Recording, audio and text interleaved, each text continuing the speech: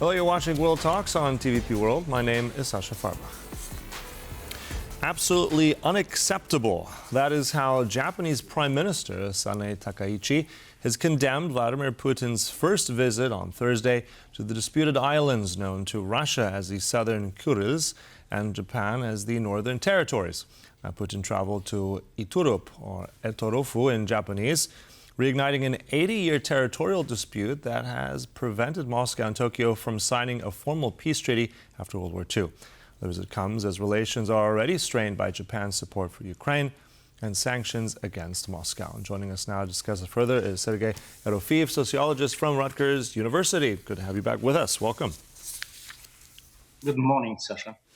So let's go back in time a little bit to history. This goes back to World War II, but crunch those 80-plus years for us, the reasons of why Vladimir Putin has made this particular visit right now. Let's remember that Putin has at least 4 stable audiences. One is international high politicians, second, Russian population, third, his elite, and number 4, not so important, wider global community of ordinary people. So given his set of priorities, I would, without any hesitation, say that the foreign policy framework in this case is the least important for Putin. First of all, Russia and Japan have been in stable relationships for many decades, regardless of the absence of this peace treaty. I think that this visit, the whole Siberian trip of Putin and now coming to the islands, is absolutely done within the framework of the forthcoming elections in Russia. And the main audience here is his own population, not even Western high politicians. Putin talks to his military and he hears back from them that they have enough capability to fight back against capturing the shadow fleet components in the international seas. But this is clearly impossible. Russia cannot do anything about any fleet and in the world. So what Putin is doing now, he's just continuing the same show which started in Krasnoyarsk and then in other Siberian cities away from the Ukrainian drones. He shows that he's closer to his people. He shows that he cares about borders, about military capabilities. But this all just repeating the same old tricks of the old dog. He can't learn new tricks. He needs to show his people that he's still a strong man, that he is loved, that he meets people in the street. Of course, surprisingly, they're still the same well-prepared people that have appeared in front of him in the streets of Russia for many years. So this is just another element of that show. Sociologically speaking, it's very clear. All right, so looking at the election, so this is very much a PR stunt for him, that's what you're saying. But at the same time, if that's the case, and as yet it's part of a wider trip, Siberia, I think, all the other islands as well, and visiting, I think, the Russian Pacific Fleet. But at the same time, he's never been here before. So he's had, elections, his kind of elections already. But does that make any difference that he's come here now? Can we read into that at all from an international perspective? Or, as you said, is this just something for show for the domestic audience completely?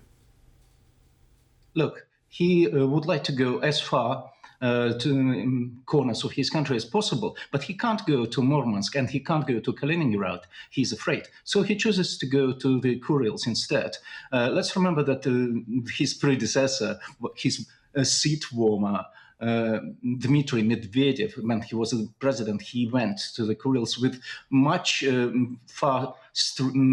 far-reaching goals to show Russia's presence there. And then we saw a huge outrage from the Japanese government. That was in 2010 or something like in that area. For Putin, that he only now came to the Kurils shows how much he cares about that. He cares almost nothing about those islands as long as there's peace and quiet between Russia and Japan. Of course, Putin is unhappy about Japan joining the international sanctions following the start of his war against Ukraine. But it's hardly more than that.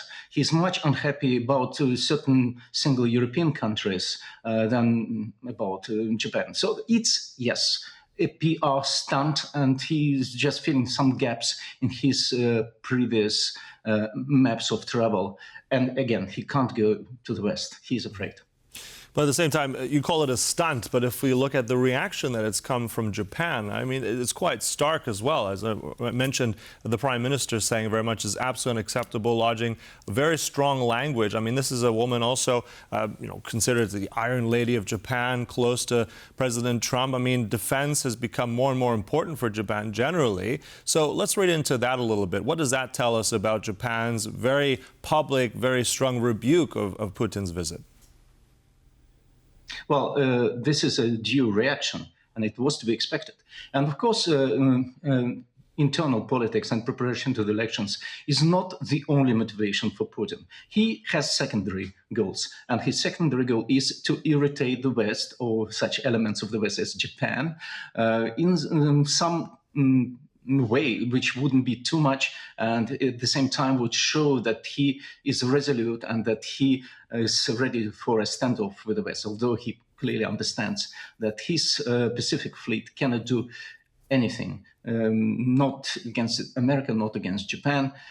So the Iron Lady of Japan just does what she has to do. And Putin thinks that from time to time he has to behave on the international arena like he does. But this is only a secondary goal for him compared to his internal politics. Right, but also interesting, you mentioned this at the beginning, that there really hasn't ever been a peace treaty between the Soviet Union, now Russia, and Japan after World War II. That never materialized. So having this and this whole international array of agreements, does that make this more worrying, this dispute? Because this was never really settled internationally. Does that make any difference here today? Well, as I said, Russia or the Soviet Union and Japan have coexisted peacefully since the late 1950s, when kind of agreement was reached between the countries, although not a full peace treaty. And there have been periods of warmer relationships when Japanese young people would go and study ballet in Moscow. Japanese umbrellas were a very, very desirable element for the Soviet deficit, impoverished people bias, and there were many things. Japanese high tech, much admiration among the Soviet people of what is Japan, and they didn't really care very much whether there was a peace treaty between Japan and the Soviet Union. And today, again, it cannot be a high priority for even Putin, not only the ordinary population in Russia, because Putin has too many other worries. He can't even start a serious non-hybrid war against any NATO member. He can't do anything about Japan. He can just sometimes irritate, just in order to show that he's still the same international thug. And he's proud of that. And also, speaking of irritation, let's talk about that as well. I mean, this is also interesting, the level here of timing. And right now, we mentioned Ukraine already, that Japan has already pledged, I think, several billion in terms of aid. That's technical, humanitarian aid, no lethal weapons at this point in time. But Japan is really one of the very few unique countries, I believe one of the only ones, that also has a special license from the United States, from Lockheed, to produce these PAC-3, these interceptors for the Patriot batteries. I think they produce around 30 per year. That's sent back to the United States. So indirectly, perhaps helping Ukraine. I mean, they're not going to send this out to Ukraine itself, but do you think there's any correlation here with signaling or timing that Putin is here, just as the world and the United States and Ukraine are discussing this topic right now? The main enemy for Putin is clearly Europe. He's trying to strike some deal with America and Trump, and whatever America is doing with Japan is of absolutely secondary priority to Putin. So I think we should clearly see that his behavior is a behavior of a Patsan, street gangster of a low rank who has become boss of all bosses, and his culture is not undergoing any changes. He is trying to play international politics, but his international grandeur and his pretense that he will leave some trace in history is only pretense. It's only to cover up the reality of his rule and the immense fear of his own population and fear of losing his everything, including his life, if he loses power. Mm-hmm. But at the same time, I mean, also looking at that relationship, you said the relationship is fairly stable and peaceful between Moscow and Tokyo. The thing is that things are changing in a rapid regard, as well as, I mean, with Japan also being more and more at Western and European events, looking at supporting Ukraine, although not directly militarily. Do you see this changing at all? Is this also part of the tactics of Putin here to kind of ruffle his feathers in the Pacific?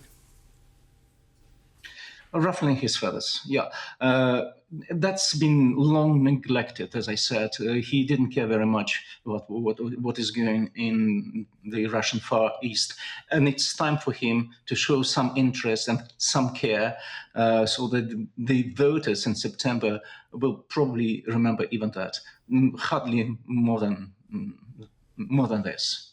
Mm-hmm. Yeah, and I think also speaking to his chances, I mean, all of these elections that he has won have, of course, also been very much disputed internationally. I mean, given also the manpower shortage, I'm just curious about that as well. I mean, we've been hearing more that Russia needs more manpower, massive new call-up of conscripts potentially. How do you see this play out? I mean, can he risk something like that? And if he does, what do you think the consequences will be? Well, let's remember that this is autocracy, but this is an electoral autocracy. That's the social science term for this type of rule. He needs being re-elected every now and then, and his party needs to stay in firm position in the parliament in order to be his rubber stamp, to make the parliament his rubber stamp. So he does need this. This is kind of democracy, which is not a real democracy, of course, but it needs this veneer of democracy. That's why Putin does what he does. He does it, first of all, to maintain exactly the regime which is called electoral autocracy. And to the rest of the world, he says, we are the same democracy as everywhere, but the reality, he's an autocrat who is losing manpower and he can't replenish it. Everybody fears now in Russia that a new loud declared mobilization wave will start. At the same time, Putin is urging the regional governors to recruit 409,000 paid soldiers. So he's in a contradictory situation. Of course, he's losing in Ukraine on the ground, and he does everything that the rest of the world believes that he's not losing, but winning. That's the whole essence of his game with Trump. All right, so giving us the latest there of Putin's recent trip, which perhaps is less impactful than Putin would like it to be. Look, thanks for that. Really appreciate it. Always having with us is a great pleasure. Sergei Erofeev there from Rutgers University. Thank you so much. Thank you. And thank you for watching World Talks, but do stay right here on TVP World for more. Goodbye.